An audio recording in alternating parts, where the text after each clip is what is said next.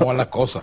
Bueno, tú fuiste miembro de la Asamblea Nacional Constituyente, Henry. Bueno, ahí nos conocimos, ¿no?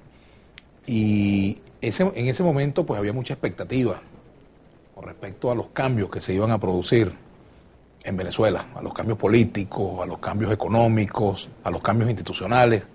Tú hablaste el año pasado de la necesidad de reinstitucionalizar el país, has hecho planteamientos en cuanto a la necesidad del diálogo. En este momento, ¿qué expectativas tienes tú? El año pasado y el año antepasado. Y el año antepasado, claro, por supuesto. Fue más mucho más dramática la situación. Claro. ¿Cuál es la expectativa que tú tienes frente a lo que está pasando en Venezuela en este momento? Mira, las expectativas nuestras, Vladimir, como la que tienen la mayoría de los venezolanos, muy negativa. La crisis económica que vive Venezuela es verdaderamente agobiante, preocupante.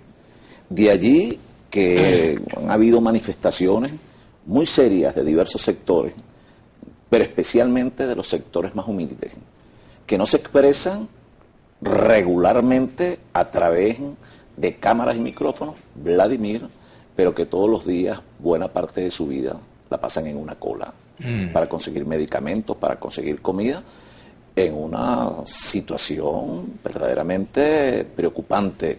Estamos hablando de una crisis, no solo, Vladimir, que no ha tenido respuestas concretas y contundentes, medidas para la macroeconomía del Ejecutivo Nacional, sino que además vemos la caída del precio del barril de petróleo, que pudiera incluso ubicarse en $10 y agudizar aún más la situación de crisis del país.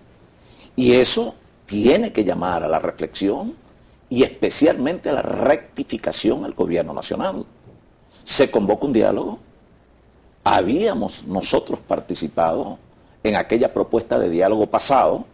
Lamentablemente, bueno, los radicalismos, los extremismos y la falta de voluntad política del gobierno prácticamente colapsó la posibilidad de diálogo, y en algunos casos sectores radicales que inciden en cada una de estas tomas de decisiones abortó el diálogo, y decisiones que se pudieron tomar en aquel momento, Vladimir, no se tomaron.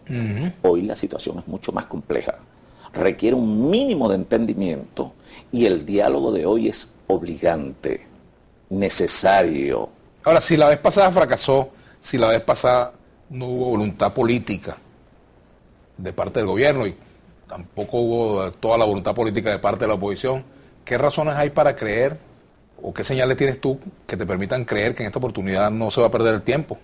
Bueno, Vladimir, yo te voy a decir algo. ¿O no se está apostando a ganar tiempo? Mira, yo apuesto a la racionalidad, yo apuesto a la responsabilidad frente al país y frente a la historia, especialmente del gobierno. El gobierno está, o estamos los venezolanos, en una encrucijada delicada y peligrosa, Vladimir.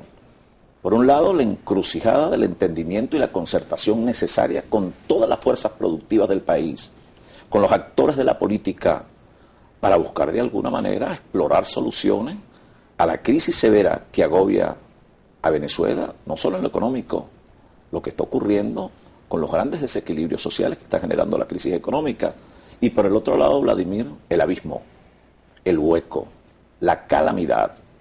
Eso está allí presente.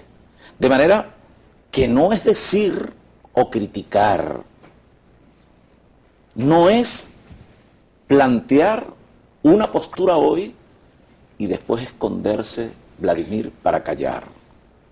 Eso es irresponsable.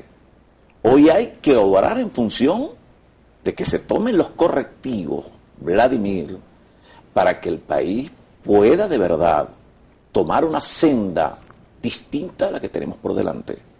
Hoy hay dos grupos que de alguna manera debaten la situación de crisis económica del país. La Asamblea Nacional, por una parte, evalúa, analiza el decreto de emergencia presentado por el presidente de la República, en la legitimidad que tiene de aprobarlo o no.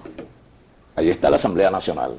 El gobierno nacional decide, por la vía de la convocatoria, especialmente de las fuerzas productivas del país, decide convocar un diálogo nacional.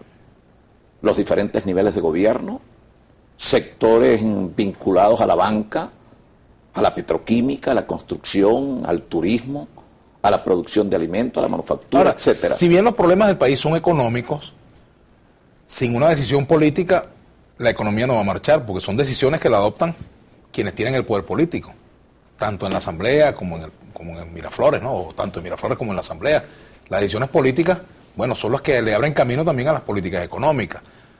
¿Qué pasa con ese diálogo político? Bueno, si en ese diálogo, Vladimir, se vuelve a abordar o se vuelve a transitar el camino de la ideología trasnochada de la izquierda o la derecha y no aterrizamos en resultados concretos, Vladimir, aquí pudieran venir escenarios no deseados.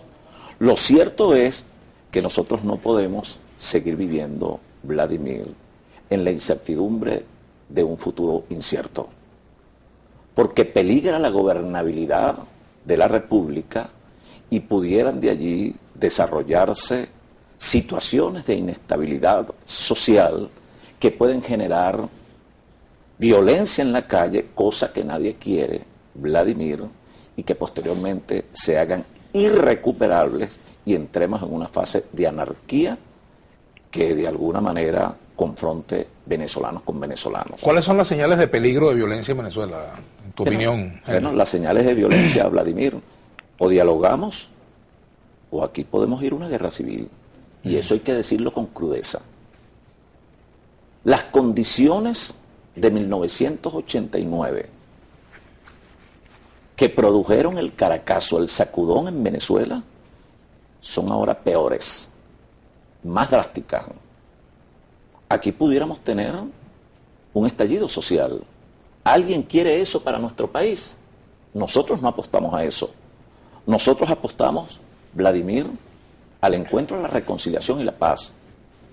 Pero aquí hay que tener posturas racionales, lógicas, sensatas y responsables para resolver la crisis. Lo que no podemos entrar ahora es a filosofar en aquellos sueños del romanticismo, a decir cosas que si la inflación es producto de esto y la retórica política se imponga sobre la práctica necesaria, en decisiones, por ejemplo, se anunció el precio o el ajuste del precio del combustible. Está bien, esa es una materia para el debate, necesaria además, que pudo darse en el marco del diálogo político anterior, y no se hizo. Y eso representa un ingreso de 12.000 millones de dólares aproximadamente para el país. No se hizo, Vladimir. Pero entonces, así como hay que revisar los subsidios internos en servicios, combustible, hay que revisar también los subsidios externos, Petrocaribe, y los beneficios que Venezuela le otorga a otros países. Habría que revisar el nivel de gasto burocrático. Vamos a hacer la pausa. Del gobierno y tantas cosas que podemos, sin duda alguna, incidir en la crítica constructiva dentro del Consejo de Economía Productiva, y si no hubiere allí, Vladimir, en el corto plazo, anuncios importantes y determinantes, no habría ninguna razón de estar allí y tendríamos necesariamente que plantear una postura frente al país que de alguna manera indique realmente cuáles son las soluciones que se deben buscar con los diferentes factores fuera de la... Tenemos que hacer la pausa. Al retorno, no pone en duda tu condición de opositor el estar en ese organismo, pero me lo respondes al retorno. Ya venimos y ya saben que pueden escribirnos a través de nuestras redes sociales, @VladimirAlauna_GB, tanto en Instagram como en Twitter, y también, por supuesto, sintonizar los canales de Globovisión en YouTube y Dailymotion. Ya venimos.